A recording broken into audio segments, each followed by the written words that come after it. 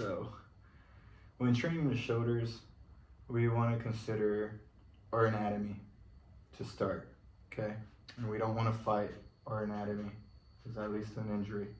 But for side lateral raise, when we're hitting our shoulders, when training our shoulders, we don't really want to be bringing our arms straight up by our sides, straight out by our sides. We want to be bringing them out in front, okay? And this is due to our scapula plane. It's found on our back. It kind of curves at a 45 degree, so we don't want to, be fighting against our anatomy. You want to move along your anatomy. Next thing, same thing with shoulder press. We don't want to be, this also, it's going to be tied into our shoulder pressing. We don't want to shoulder press from our side. We want to bring our elbows, be pressing with our arms in front, with our elbows in front and pushing up, okay? Now, for both of those exercises as well, we don't want to ever have our arm elevated with the internal rotation. So internal rotation is when your shoulder is turning inwards, and external rotation is when your shoulder is turning out, okay? So this is external and this is internal. When you have an internal rotation, the elevated shoulder, it could lead to a shoulder impingement, especially when you have weight in your hand. What's going on is there's a rotator cuff, and it's basically, there's a space right underneath like our collarbone, and that space gets smaller when we internally rotate with the elevated shoulder. So you don't want to do that. Now, why is this coming into play? Well, if you're doing a side lateral raise and you're internally rotating,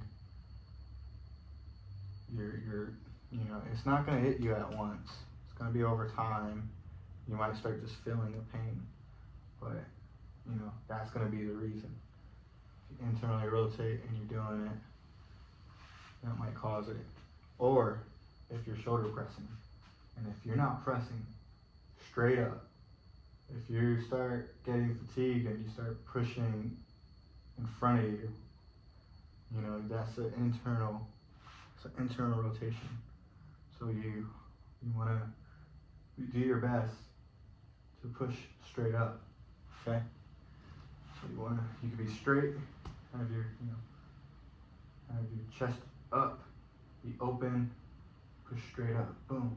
You don't need to fully lock out, straighten your arms. You could be kind of bent when you finish your wrap, but push straight up, don't internally rotate. Also with side lateral raises, you don't need to be bringing your wrist over your shoulder, okay? You can stop like at about shoulder height or a little less, that's cool. And let me give you some exercises. So I got these little 1-pounders, okay? Nothing wrong with the 1-pounders. We all gotta start somewhere. Anyways, so side lateral raise. You can do it the conventional way, come straight out, come down, or you could do 1.5 rep. You come out, halfway, come back up. That's 1 rep. Come out, halfway, come back up. It's 2 reps. Cool. The reason I like to do it like that is so that I know I'm controlling the weight, okay? And also it gives you more time under tension. But one thing that I like to do on my exercises is there's eccentric contraction. So when you're flexed, let's say we were doing a bicep curl. When you're flexed, feel it in your bicep. Every time you're training a body part, you want to be flexing that muscle. And generic as that you should feel your bicep like getting uncomfortable, okay, when you're doing this. And then instead of just letting gravity take it down, you're gonna be flexed, and then you're gonna flex it, and you're gonna control the weight all the way down with that muscle. Okay, that's eccentric. So when you're doing your side laterals, you're gonna go boom, and then you're not just gonna let gravity take it down. You're gonna go boom, and then you're going to control it. Stop halfway, come back up, boom. You're in full control. Now, you do it a couple different ways. Be standing straight up, come out. That's one way. You could bend your elbows, and you'll notice that you could move more weight when your elbows are bent. Go boom if you want. You could get in like a forward little crouch, right? Lean forward a bit, and instead of internally rotating, you could externally rotate, okay? So remember, externally rotate is when you're bringing your shoulder back, like if you want to grab something back there. Now, you don't need to go all the way back, just a little bit. Anyways, you can go forward, lean forward a bit, and then you externally rotate, come out. So you're not even externally rotating a lot. Basically, think of gravity coming straight down, okay? And then our muscles, the muscle that we're targeting is right there, hitting gravity. So you can come out, and it's perpendicular. Okay, perpendicular is like this, makes a 90-degree angle. Boom, okay, getting hit by gravity. All right, so that's a couple different ways you can do a side lateral raise.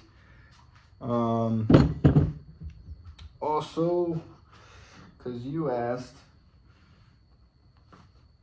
we tend to use other body parts when we get fatigued and tired. So, particularly with our shoulders, we use our traps.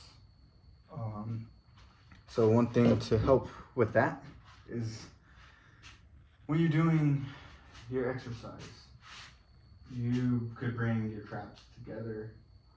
You bring your shoulder blades together and down, okay? And then you perform your exercise. And so that's going to help you not use your traps, basically. Okay, so let me show you some other exercises. Okay, because you asked about side lateral raise and shoulder press, but I'm gonna give you a couple different options if you have access to a gym or other equipment. Okay, so for medial delt, I fucking love the cable machine if you have it. Okay, so you come out, you get a little slouch. If you could hold on to something, that's cool. But anyways, you get a slouch. You have your arm fully out, like pointed to the cable, and then you bring it out. That's all medial delt, man. And you'll feel it. Cool thing about this is that there's tension all the way through. So then, front delt. Actually, let me show you an exercise that's gonna hit all three heads. You've probably heard of this one or seen it performed somewhere. It was pretty famous, actually. So the Arnold press. So Arnold came out, Arnold Schwarzenegger, the great. he came out with the Arnold press. And basically, you start with your elbows in front of you. You rotate. And remember what I said, you don't want to be pressing from the side. So, start with your elbows in front. You come out to like a 45. And then you press straight up. That's going to hit all three heads, man. It's going to hit your front, side, and rear delt. Front, medial, and rear delt. Alright, so let me give you another exercise for your front delt. So,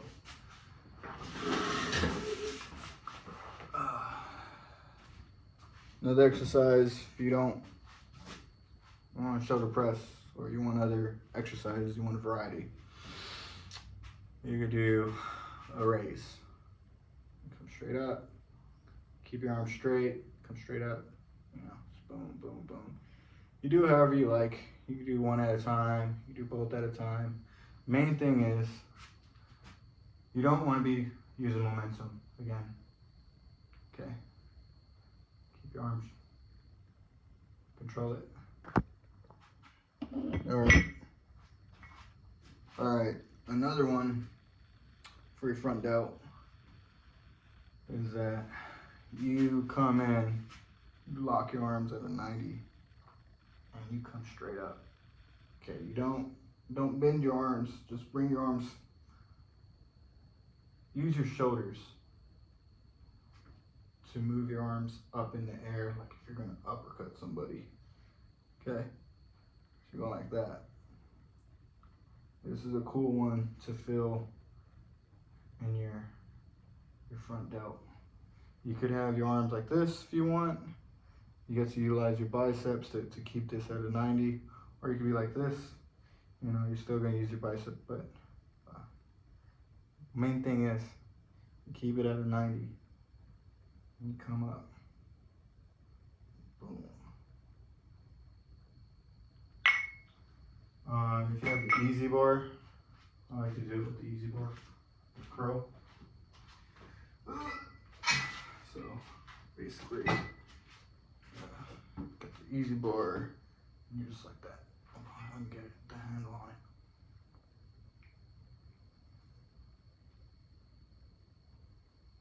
Cool.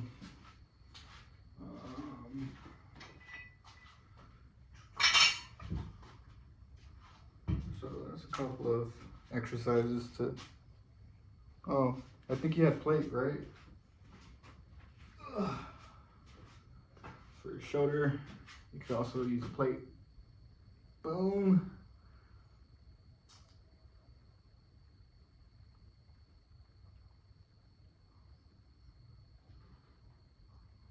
So there's a bunch of exercises you could use.